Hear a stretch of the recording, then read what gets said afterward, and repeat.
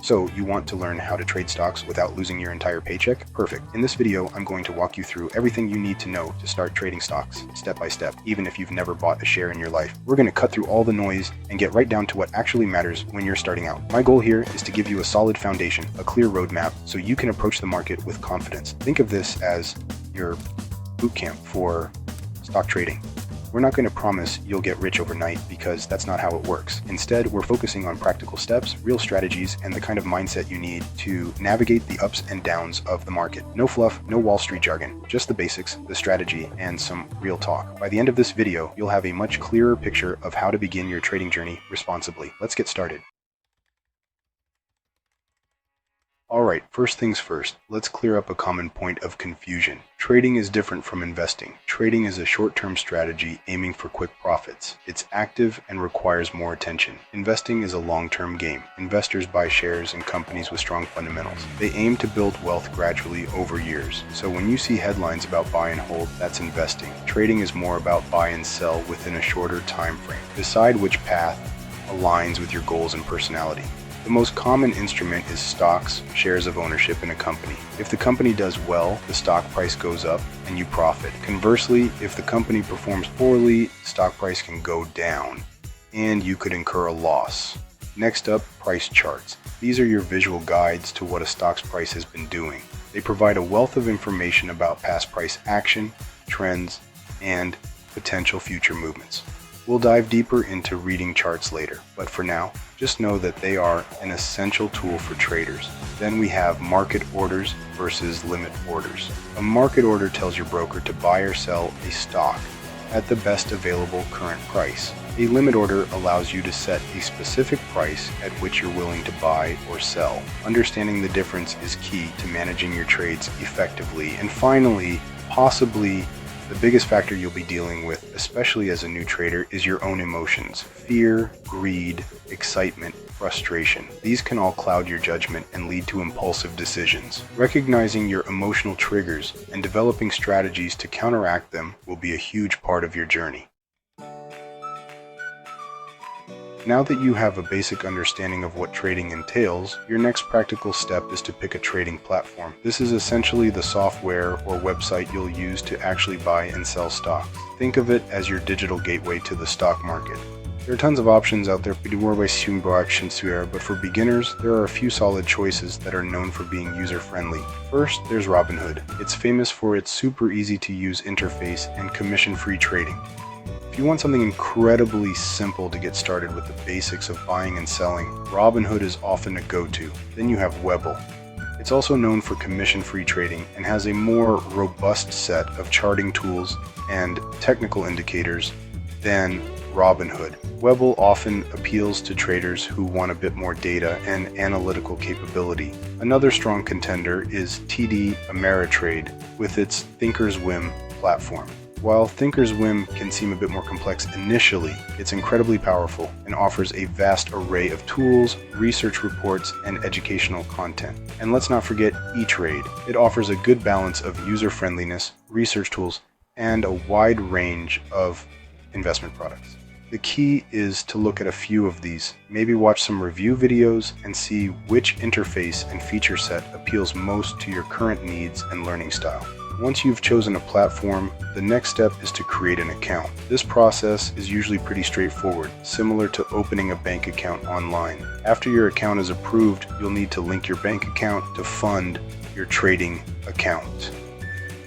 Now, here's a crucial piece of advice. When you first fund your account, don't go all in. Start small. This initial phase is about learning, not about making a fortune.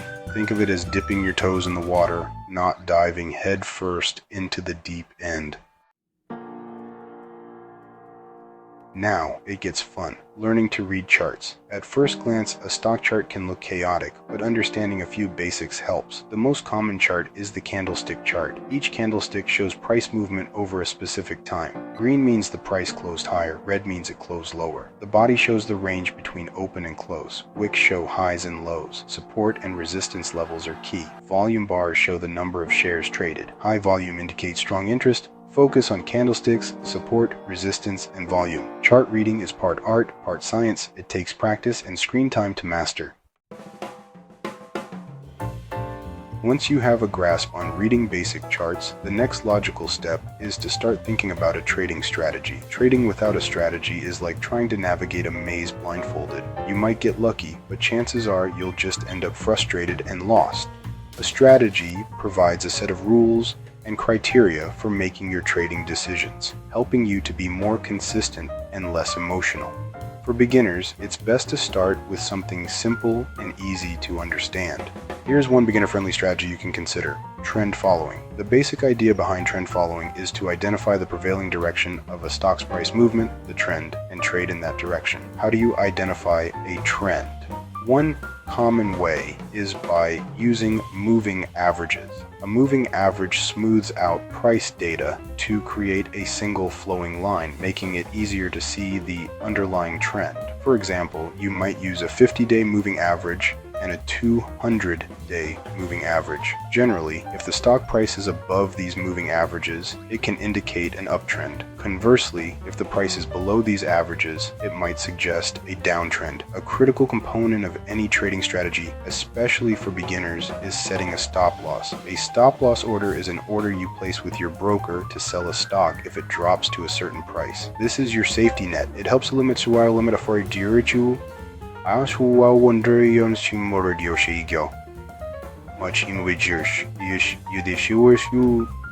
could lose on a single trade if the stock moves against you. In deciding where to place your stop loss is part of your strategy. Some traders place it just below a recent support level or a certain percentage below their entry price. The important thing is to have one for every trade. Trading without a stop loss is like driving without brakes. You might be fine for a while, but eventually you're heading for a crash. Protects your capital and helps you stay in the game long enough to learn and improve. Discipline is key. Write down your strategy rules and stick to them.